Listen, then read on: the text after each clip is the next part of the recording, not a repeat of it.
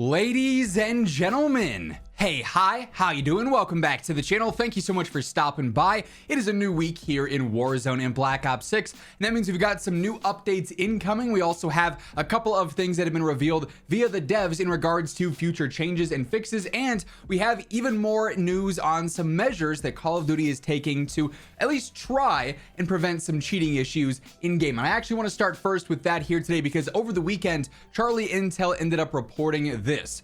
Call of Duty cheat providers 2 Seconds and Tomware, never heard of either of those, have stopped selling cheats after receiving a cease and desist letter from Activision. They posted on their website saying, hey, we're permanently closed due to unforeseen circumstances. What? Unforeseen? You mean you did something illegal with somebody else's intellectual property and there were consequences to it? How unforeseen was that, right? We've taken action to comply with the applicable requirements. We apologize for any inconvenience. Apology not accepted. You guys are kind of losers, but they did end up going through and actually providing out a cease and desist for these two cheat providers, and they have shut down. Now, you might be asking, saying, well, why don't they just do this for everyone? They're still, I believe, at least partially in the process of suing engine owning. Like a judge ruled that engine owning, like the main cheat provider, had to pay them out, but there's a million loopholes that engine owning can take because they, classify as like, oh, they're not located in the US. So there's different measures and everything that has to be taken. I'm far too ignorant on the legality of it all. Someone did reply to Charlie Intel saying, dumb idiot here. Why not just do this with all the top cheat providers? And Charles Intelligence responds and says, the problem is finding out who actually owns these websites and then who's hosting the cheats themselves. You can't send a legal cease and desist without knowing that info, and many of the site owners have gone to obscure lengths to hide it because obviously they know they can make money out of it, so they're going to do their best to protect themselves even though they have an entire business based on being a loser. That said, it's good news here that at least they are stopping some of the cheat providers. Ultimately, though, this isn't going to have, a massive impact on cheating, but always try and report on these whenever there are situations like this where at least there is an effort to try and shut down some of the cheating problems in games. So nice that 2 of them have been knocked out, maybe for now. Who knows if they ever resurface in the future. Beyond that, over the weekend, we also saw a couple of other updates drop in game, and the devs actually pushed out some updates in regards to future changes and fixes on the Trello board as well. So we've got a decent idea of what to expect this week potentially for some more urgent updates and fixes and changes and whatnot. If there's any surprise patch notes through the week or anything like that, of course, you guys know I'm gonna be covering them right as they happen, if that does come to fruition, of course. So if you want to guarantee you're always in the know for the latest news and updates, everything going on in COD, really, this is your one-stop shop. So feel free to hit that subscribe button and turn on those post notifications. And if you enjoy this video, a like rating is always seriously appreciated as well. But we did have one issue surface because of Season 2 Reloaded last week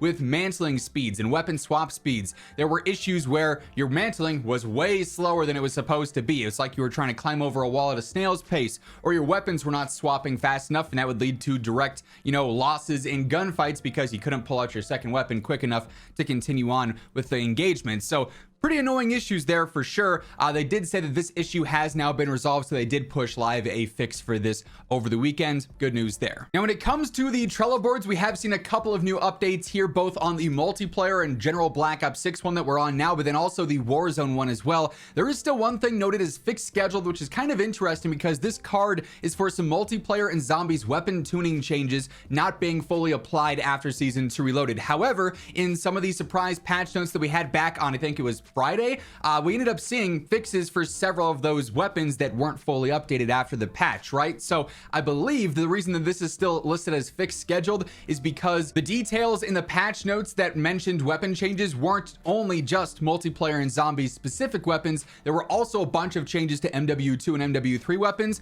in more, detail here, focusing on some of the cons of MW2 and MW3 attachments, like the penalties and the slowdowns on magazines, for instance. At least on the menu right now, not all of that is showing as applied. You can go to any extended mag on, an MW3 rifle, and it still says it slows you down a ton. Whether or not that's fully active in game, personally, I haven't tested, but at least on the menu, those changes don't appear to be fully applied. So that is something that has yet to be fully updated. So that's perhaps why we still have another fixed schedule that seems like for some weapon tuning and full weapon updates not being fully implemented there. Otherwise, the things under investigation, largely at least on the multiplayer and zombies front, are issues that have persisted, unfortunately, long before Season 2 Reloaded. Metal notifications still not showing up in hardcore basically since day one. Issues with levels being incorrect on the scoreboard, where it might show somebody's like a level 1 or something on your friends list or in game, even though they're not at all. Zombie stats still displaying just as solo instead of solo and squad there. So a couple of other things being looked into. The Warzone Trello though has even more updates for some potential fixes we could see this week. So here they say they are still looking into things where your settings are continuously reset when you reboot the game. This has been an issue for some time, but it is still something that is being looked into. I know I see a lot of questions about this because it happens a lot, especially after major updates where there's like a full-on title update or something. So that's still something that they are aware of. Who knows when we could get a fix for that one though. Some more recent updates though, however, they are investigating an issue in game where the TAC map forcibly closes. So like you open up your mini map, you're trying to ping a bounty or go to a certain location and it just closes. You have to keep reopening it. It's a small bug, all things considered, right? But it's still really annoying to run into that in game, of course. They also say they're investigating an issue that prevents ranked play stats from correctly displaying on the combat records as well. So if you are a big ranked player right now, you might notice that there are some issues with the menu combat records there, since they just re-added in combat records in general. They are still looking into a couple of older issues as well, where your custom loadouts can sometimes reset after a match. Pretty annoying issue going on there, and still an issue where you can't fully pick up items, where your interact button just does not seem to be working for ground loot and various things in game there, and players not being able to fully revive their teammates, an issue that has been ongoing for a long time now and is quite literally one of the most game-breaking things. There's been various different causes for this. Sometimes it was because Survivor was being used as a perk. Other times it seems incredibly random. All of them are incredibly frustrating though, so I'm kind of surprised and pretty disappointed that that's one that still has not been fully fixed here. But nonetheless, a couple of changes, couple of fixes to look out for. We also know we have another significant content update dropping later this week in the form of the TMNT update. This is going to go live on the 27th. Obviously, we already have parts of this live in game now with the store bundles that cost an absurd amount of money. We'll be talking about that in a future video, so stay tuned. Then also some of the LTMs like Cowabunga Cranked in Zombies, then also the TMNT Mosh Pit in multiplayer. But the actual free event content and the premium event also goes live later this week on the 27th. So with this, it's going to function, unfortunately, a lot like the Squid Game update, where there's two tracks for this. There's the free track that anyone can earn all of these rewards. This does include the new skateboard melee weapon and the new D13 sector special weapon as well. So if you're looking to get your hands on that, it is available for free entirely just through the event itself.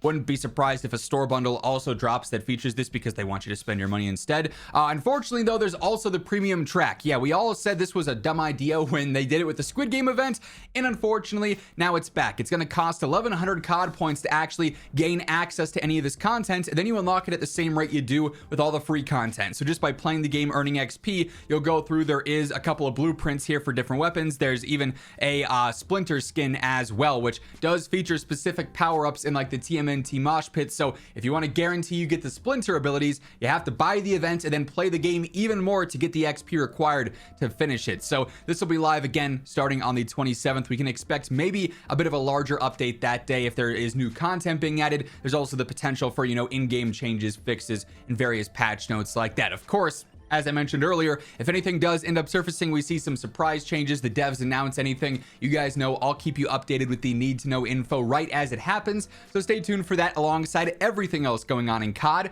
by hitting that subscribe button and turning on those post notifications. And if you enjoyed the video, a like rating on your way out would be seriously appreciated. But once again, thank you so much for tuning in. And until next time, take it easy, have an awesome rest of your day, and I'll catch you later.